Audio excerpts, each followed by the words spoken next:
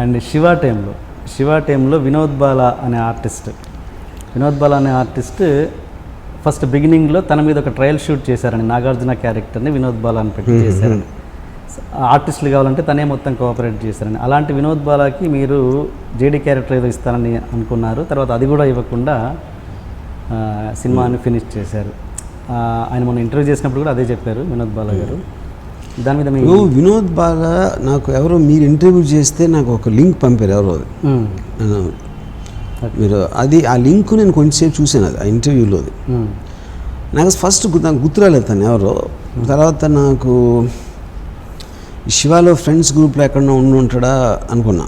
దాని తర్వాత గుర్తొచ్చింది, తనతో నేను ఒక వీడియో, ఒక సీను టెస్ట్ కోసం షూట్ చేశాను. ఓకే, ఆ టెస్ట్ చాలా బ్యాడ్గా వచ్చింది. అది కానీ నేను నాగార్జునకు చూపించుకుంటే శివ సినిమా అయిపోయేది. అది అందుకని ఎవ్వరికి చూపించకుండా క్యాసెట్ పాలు కొట్టాను. అది ఓకే, అది యాక్చువల్గా జరిగింది. ఇంకపోతే అది తప్పిస్తే వినోద్ బాలాకి నేను వేరే రోల్ ఇస్తానని చెప్పి ఉండొచ్చు, కానీ చాలామంది చెప్పాను. అది వినోద్ బాలా ఒక్కడికే కాదు. ఉదాహరణకి జేడీ రోల్ సాయి కుమార్కి చెప్పాను, తర్వాత సూర్య అని ఇంకో యాక్టర్కి చెప్పాను, అలాగే ఇంకొక 2-3 కొత్త ఆర్టిస్టులు కూడా చెప్పాను నేను. అది ప్రాసెస్లో కాస్టింగ్ అప్పుడు మీరు టెక్నీషియన్స్ కానీ లేకపోతే యాక్టర్స్ కానీ చాలామందితో మాట్లాడతారు. ఫైనల్ డెసిషన్ అనేది వేరియస్ అదర్ ఫ్యాక్టర్స్ మీద డిపెండ్ అవుతుంది. యా, సో వినోద్ బాలా అనే వ్యక్తి మీకు గుర్తులేరు? గుర్తులేదంటే నేను అది చెప్తున్నా. నాకు ఆ సీన్ తీసిన ఇన్సిడెంట్ గుర్తుంది, ఎవరితో తీసిన అనేది నాకు ఐడియా లేదు. సో ఆబ్వియస్లీ తను చెప్పాడు కాబట్టి ఆ ఇంటర్వ్యూలో it must be him. Yeah, okay. Suppose దేవుడిని మీరు నమ్మరు అంటున్నారు కదా, దేవుడు కనుక మీకు ఒక 24 సినిమాలాగా దేవుడని ఉన్నారనుకుందాం, మీకు 24 సినిమాలాగా బ్యాక్కి వెళ్ళేసి మీ ఫ్యూచర్ని సెట్ చేసుకొని మీ మిస్టేక్స్ ఏదైనా కవర్ చేసుకోమంటే మీరు ఏ మిస్టేక్ని కవర్ చేసుకొని మీ లైఫ్ని కంటిన్యూ చేస్తారు? ఏది కవర్ చేసుకోండి. ఇప్పటివరకు mistake mistakes is a part of life. మీరు ఒక డెసిషన్ తీసుకుంటారు, ఆ డెసిషన్ ఒకసారి మీరు అనుకున్న దానికి రైట్ అవుతుంది, లేకపోతే రాంగ్ అవుతుంది. కాకపోతే ఆ రాంగ్ అయింది కూడా ముందుకెళ్ళి చాలాసార్లు రైట్ అయిన సందర్భాలు ఉన్నాయి. సో నా ఎక్స్పీరియన్స్ తోటి I don't regret anything. Suppose మీ ముందు ఒక 3 థింగ్స్ ఉన్నాయండి. ఒకటేమో మీరు బాగా చదువుతారు కదా, బుక్స్ బాగా చదువుతారు మీకు బాగా చదవాలనుకున్న ఒక బుక్, చాలా ఎప్పటి నుంచో చూడాలనుకున్న సినిమా, మీకు అది ఇంకెక్కడా దొరికదో ఆ సినిమా చూడాలి. చాలా అందమైన అమ్మాయి, ఆయన ముట్టుకుంటే చాలు జీవితంలో అనుకునే ఒక అందమైన అమ్మాయి, 3 ఉన్నాయి. దాంట్లో మీరు ఏది సెలెక్ట్ చేసుకుంటారు? అమ్మాయి సెలెక్ట్ చేసుకుంటారు. తర్వాత బుక్ చదువుతారా? Second cinema. So cinema and women అంటే మీరు ఉమెన్ని ప్రిఫర్ చేస్తారు? యా, ఎందుకంటే అమ్మాయి ఉంటే అమ్మాయికి నేను చెప్తా సినిమా కథ. నాకు సినిమా అవసరం లేదు.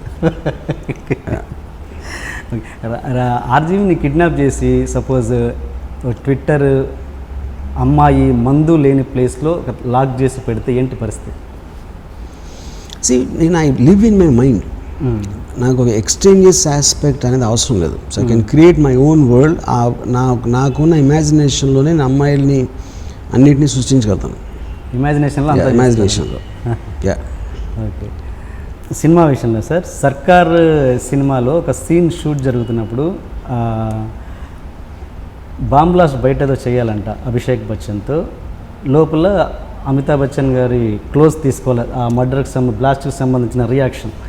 సో ఫస్ట్ ఆర్డర్లో రియాక్షన్ తీసుకున్నారు, అక్కడ బయట ఏమో బ్లాస్టింగ్కి సంబంధించిన సెటప్ జరుగుతుంది. మీరు వచ్చేసి వాళ్ళు అడిగారు అసిస్టెంట్స్ ఎవరు, ఏంటి బాంబ్ బ్లాస్ట్ తీద్దామంటే బాంబ్ బ్లాస్ట్ ఏమొద్దు జస్ట్ ఫేస్ మీద ఇచ్చేద్దామని అన్నారట. అంత ఫాస్ట్గా డిసిషన్స్ ఎలా మీరు అంటే అప్పటిదప్పుడు మార్చుకుంటారా లేదా డిసిషన్? నా మైండ్ ఫాస్ట్గా పనిచేస్తుంది, వేరే వాళ్ళగా స్లోగా పనిచేయదు. ఓకే, అంటే అప్పుడు ఆ సెటప్ అంతా పెట్టుకున్న ఖర్చు అంతా వేస్ట్గా, బట్ ఆ బ్లాస్ట్కి సంబంధించిన అది ఇప్పుడు ప్రొడక్షన్లో చాలామంది వాళ్ళకి సంబంధించి చేస్తూ ఉంటారు వాళ్ళు. సో అది ఒకసారి ఇప్పుడు ఈ పర్టిక్యులర్ ఇష్యూలో ఆ స్పాట్లో నాకు వచ్చింది ఐడియా, లేకపోతే ముందే ఉండి నేను చెప్పడం మర్చిపోయినా అనేది ఫ్యాక్టర్స్ ఉంటాయి. సో ఈ పర్టికులర్ ఇన్సిడెంట్ నాకు అంటే కొన్నిసార్లు అవుతుంది అది, నేను నా మనసులో ఆల్రెడీ ఆ కటింగ్ పాయింట్ నాకు తెలుస్తుంది. కాకపోతే నేను ప్రొడక్షన్ వాళ్ళకి చెప్పడం మర్చిపోయినప్పుడు వాళ్ళు స్క్రిప్ట్ వైజ్గా ప్రిపేర్ చేసి పెట్టేస్తారు అది. Okay, you know. సో కొన్నిసార్లు ఇట్ కెన్ హ్యాపెన్ దట్ అప్పుడే నాకు ఐడియా వచ్చి ఉండొచ్చు. Okay okay. అండ్ ఎమోషన్స్ అంటే తెలియవు, కన్నీరు అంటే ఏంటో తెలియదు అన్నట్టుగా ప్రపంచానికి చూపించుకునే రామ్ గోపాల్ వర్మ గారు ఒక జియా ఖాన్ చనిపోయినప్పుడు కొంచెం కన్నీరు పెట్టారట, నిజమేనా? నేను చాలాసార్లు పెట్టాను యాక్చువల్గా. నేను అది మాట్లాడదాను.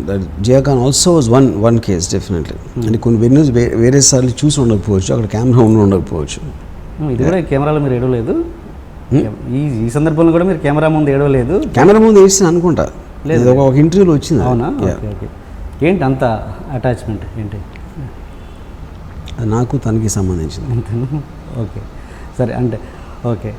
అండ్ ఇప్పుడు ఊర్మిళగా మీరు ఎక్కువ ట్రావెల్ చేసింది ఊర్మిళతో అని మీరు అనుకుంటున్నారు అది? అంతేగా, అంటే నేను అనేది సినిమాల పరంగా, నాట్ పర్సనల్. సినిమాలకు సంబంధించి మీరు 11, 12 సినిమాలు చేశారు అన్నమాట. ఇప్పుడు ప్రజెంట్ అంతే కదండి, 11 ఎక్కువ సినిమాలు చేసింది తనతో మీరు. ఇప్పుడు ఎలా ఉంది మీ రిలేషన్? ఇప్పుడు నేను అమ్మాయిని ప్రేమించడం మానేసి అమ్మాయిల్ని ప్రేమించడం మొదలెట్టింది. ఓకే. సో అమ్మాయిని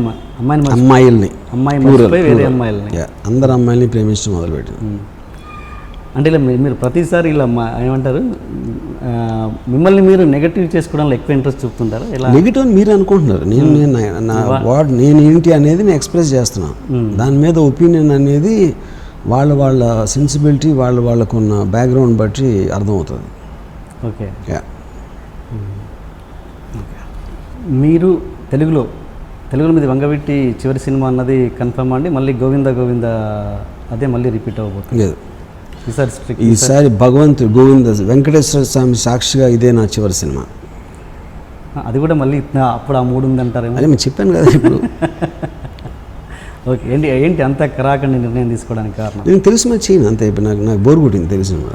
ఓకే ఓకే. మొన్న సి కళ్యాణ్ గారు ఒక ఇంటర్వ్యూలో చెప్తూ వంగవీటి సినిమా కన్ఫర్మ్గా ఫ్లాప్ అవబోతుంది, రాసుకోండి అని చెప్పారు. దాని అతను అది ఇప్పుడు ఇందాక చెప్పాను కదా, ప్రతి ఒక్కళ్ళు అభిప్రాయం ఉంటుంది, వాళ్ళ అభిప్రాయాలు చెప్తానండి. అలాగే నేను నా అభిప్రాయాలు చెప్తాను. సో ఇప్పుడు నా మీద కొన్ని వేల నెగిటివ్ కామెంట్లు ఇస్తూ ఉంటారు అందరూ. దాంట్లో ఇది ఒకటి. రామ్ గోపాల్ మైండ్ దొబ్బింది, అడిగి ఇంకా అసలు అడిగేంటి ఇది లేదు, ఇందులో అన్ని what can I say, it's okay. Okay okay. And దీంట్లో రక్త చరిత్రలో మీరు కొన్ని సీన్స్ కొంతమంది మనుషుల ఫోర్స్ వల్ల తీసేశారని, వైఎస్ఆర్ గారు సీన్స్ తీసేశారని, అది ఎంతవరకు నిజం? కొంతవరకు నిజం. అంటే ఏంటంటే మీరు మాఫియాకే భయపడని ఆర్జీవి ఇప్పుడు ఫోర్స్ అనేది ఎప్పుడు మీకు అంటే గన్ను పెట్టో కత్తి పెట్టో అనేది కూడా ఫోర్స్ కాదు. It could be emotional, it could be ఒక రిలేషన్షిప్లోనూ కూడా మనకి ఇష్టం లేకుండా ఒక దానికి మనం బెండ్ అవుతాం. That doesn't necessary out of fear. అంటే ఆర్జీకి ఎమోషన్స్ లేవన్నట్టుగా ఉంటాయి. ఎమోషన్స్ ఉన్నాయి, ఇందాక చెప్పాను మీకు, నేను చాలాసార్లు చేస్తాను, మీకు కనపడకపోవచ్చు అది. ఎమోషన్స్ ఉంటాయి కానీ ఆర్జీవి గారి చివరి రోజులు ఎలా ఉంటాయని కొంచెం ఎలా ఉంటాయని అనుకుంటున్నారు? చివరి రోజులు అంటే ఫస్ట్ ఆఫ్ ఆల్ చివరి రోజులు అనేది ఒకటి మీకు ఇన్ఫర్మిటీయా, లేకపోతే సడన్గా డెత్ వస్తుందని ముందు తెలుస్తుందా? ఈ ఫ్యాక్టర్స్ తెలియకపోతే చివరి రోజులను ఎట్లా చెప్తాం? సరే, మీరు ఇప్పుడు నేను ఇన్ఫార్మ్ అంటే ఇప్పుడు నేను నా పనులు నేను చేసుకోలేకుండా ఎవరి మీద ఆసరా పడే ఇలాంటి సమయం వచ్చినప్పుడు నేను చచ్చిపోతాను. Because I don't like to depend upon anybody. సరే, మీకు దేవుడు లాంగ్ లైఫ్ ఇచ్చాడు అనుకుందాం, అప్పుడు లాంగ్ లైఫ్ ఇచ్చినప్పుడు చివరి రోజులు ఉండవు కదా. ఎందుకుండవు? ఎలా ఉంటాయి? అది చెప్తుంది కదా. లాంగ్ లైఫ్ మీన్స్ అదే 80 90 అనుకోండి, అది కాదు పాయింట్, అది కాదు. అంటే మీరు వయసు వచ్చి మీ పనులు మీరు చేసుకోలేని ఒక టైం అలాంటిది వచ్చినప్పుడు నేను చచ్చిపోతాను చివరి రోజులు రాకుండానే. ఓకే, ఎలా అంటే I commit suicide, I do something. Okay, అదే అడుగుతున్నాను. అలా అదే నేను అంటే మెథడ్ ఇంకా ఆలోచిస్తే అప్పుడు ఆలోచిస్తాను. ఎంతసేపు అది ఒక గంట ఆలోచిస్తే మంచి కరెక్ట్ తెలుస్తుంది.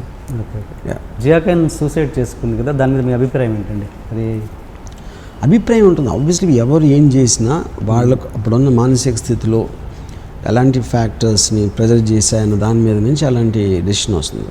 దాంట్లో నా అభిప్రాయం ఏముంటుంది?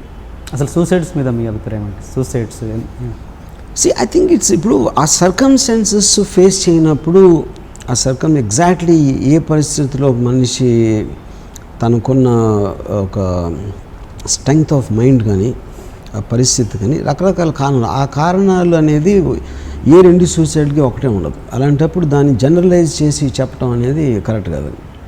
ఓకే. సో సూసైడ్ చేసుకోవడము ఎటువంటి అదే డెసిషన్ తను ఒక వ్యక్తి తీసుకుని డెసిషన్ అది. అప్పుడు తన లైఫ్ తన ఇష్టం.